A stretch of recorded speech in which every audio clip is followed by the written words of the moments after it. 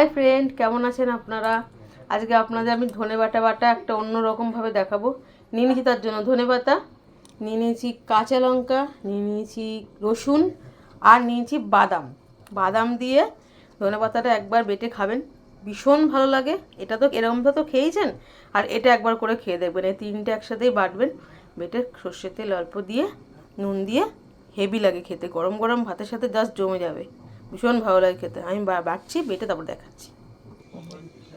নিয়ে নিচ্ছি, বাদামগুলো দিয়ে দিলাম, কাঁচা লঙ্কাও দিয়ে দিলাম, রসুনগুলো দিয়ে দিলাম।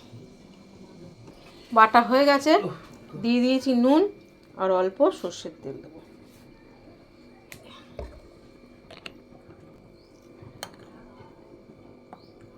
মিক্সড করে দিচ্ছি। একবার খেয়ে দেখবেন, যা লাগে না। ভাত নিয়ে নিয়েছি, সাথে একটু বাটা।